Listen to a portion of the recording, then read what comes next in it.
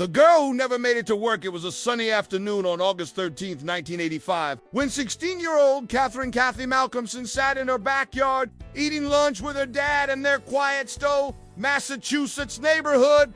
Bubbly, musical, and full of life, Kathy was known for her contagious smile and love for her friends, music, and church. That day, she was especially excited not just to pick up her first paycheck from her part-time job, but to return home in time for her brother's graduation party. Panic set in. Kathy was responsible, punctual, and thrilled about that day. This wasn't like her. Her parents rushed to the police, desperate for help. But instead of action, they were told Kathy probably ran away and would come home when she was ready. At 1:30 p.m., Kathy grabbed her white 12-speed Murray bicycle and pedaled off toward her job at the iGay supermarket in Hudson, just 15 minutes away down Route 62.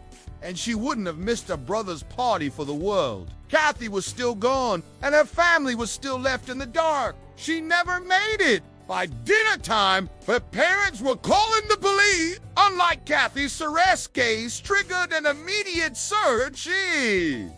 The community mobilized, but nothing turned up. On October 9th, 1985, 9-year-old Sarah Pryor left her home in Wayland for a short walk she had taken many times before.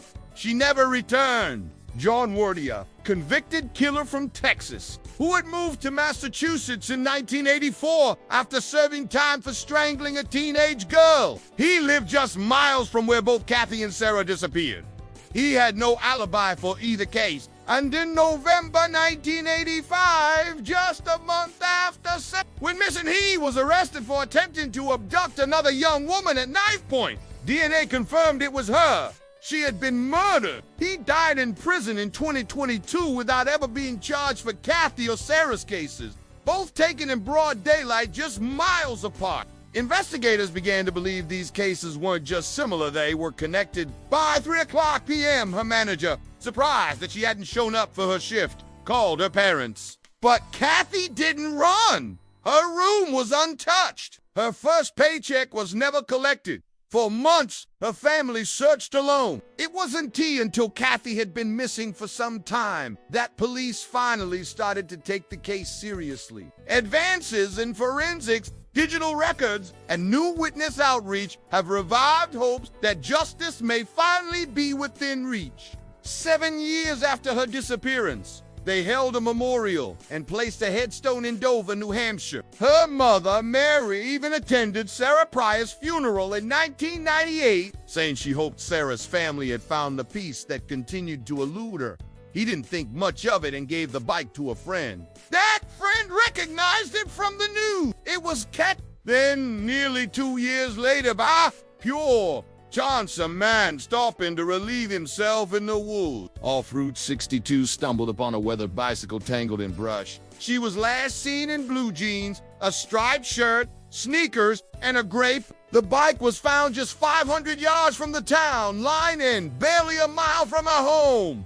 Police scoured the woods, but no other clues emerged. Just weeks after Kathy vanished, another tragedy struck a nearby town. Witnesses saw her around for 15 p.m., walking alone with a portable cassette player. It wasn't until 10 years later, in 1995, that Sarah's partial Remenza bone fragments were discovered in woods 30 miles away from where she disappeared. 2 girls, both blonde, both blue. A suspect eventually emerged. Police believe he was responsible, but Wardy denied everything. Kathy's family never stopped hoping for answers. In 2024, nearly 40 years after Kathy vanished, the Stowe Police Department announced the formation of a new task force to re-examine the case. At the time she went missing, Kathy was 16 years old, 5'5", 110 pounds, with blonde bleached light brown hair and blue eyes. If you have any information about Catherine Malcolmson,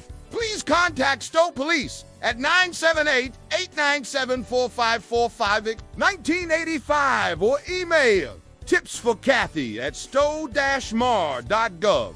If you know anything about the murderer Sarah Pryor, call Wayland Police at 358-4721. Someone out there knows something, and it's not too late to speak up. Subscribe my channel and like the video!